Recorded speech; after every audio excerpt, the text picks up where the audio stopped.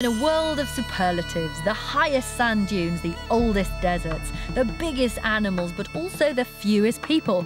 That's in a country full of surprises, Namibia in southwest Africa.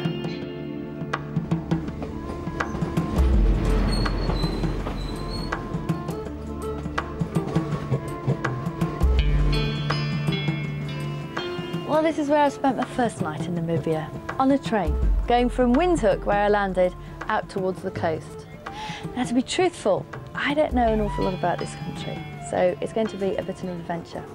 Because tourism is very new here, but where do all great adventures start? On trains. The Desert Express is a new tourist train that crosses one of the world's oldest and driest deserts, the Namib. After 2 days, you end up in the seaside resort of Swakopmund. Needed this after that train journey. Bracing, I think, is probably the word. It's absolutely stunning, but this is where people who live here come to cool down. This is the Atlantic, which is freezing cold, and it hits the heat of the desert, and that's why you can see this sort of hazy mist in the background. Namibia is a former German colony, and here in Swakopmund you can almost be in Germany itself. The buildings look distinctly Bavarian, the locals speak German, drink German lager and eat German pastries. Namibia is 4 times the size of Britain, with a population less than Glasgow. That's just 2 inhabitants per square kilometre. It's the world's least populated country.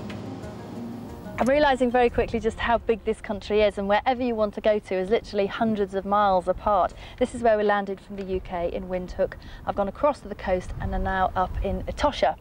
I could have driven from the coast to Etosha, but it would have taken me a couple of days. Best way to do it really is to fly. And it's not that expensive, especially if you're travelling and there's, say, about 4 of you and you split the cost. And with a bit of luck, I'm going to see some brilliant game up here. Ongava Lodge is a private game reserve right next door to Etosha National Park, one of the largest in Africa.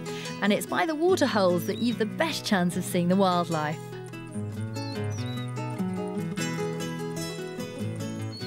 We've waited about an hour for these pair to come down and drink from this water. They have a lot of patience.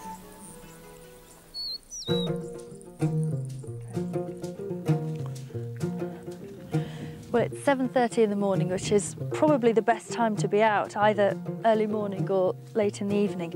And we're on foot now, and we're actually following some prints of a rhino.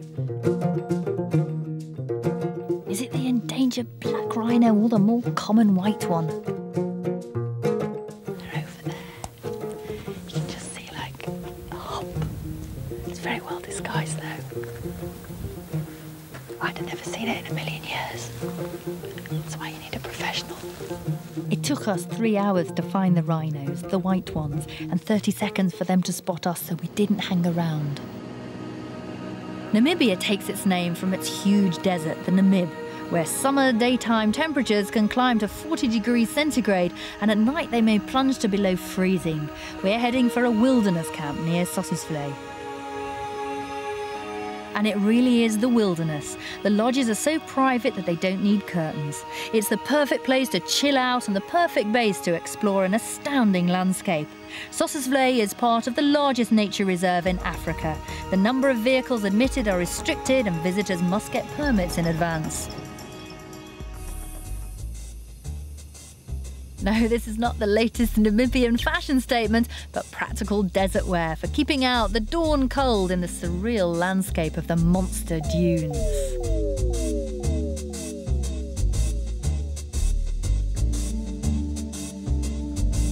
You see that dune right in the distance there, the highest peak? Well, that is actually the highest dune in the world, and it's called Crazy Dune. And the one that's just in the foreground is the one that I'm going to walk up to. Now, apparently you can do it. The record is 37 minutes. Most people tend to do it in about 3/4 of an hour to an hour. This is like going up an escalator the wrong way, because as fast as you go up, the sun's coming down at you. The dunes rise to over 300 metres. There's only one way to describe how you feel when you get to the top. King of the sandcastles.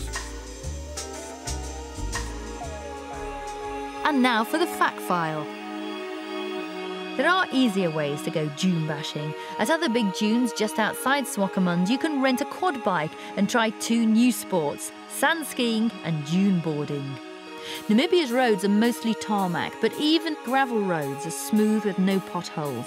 If you've time, take an excursion to the Skeleton Coast, where you'll see the half-buried hulks of wrecked ships stranded on the sandbanks.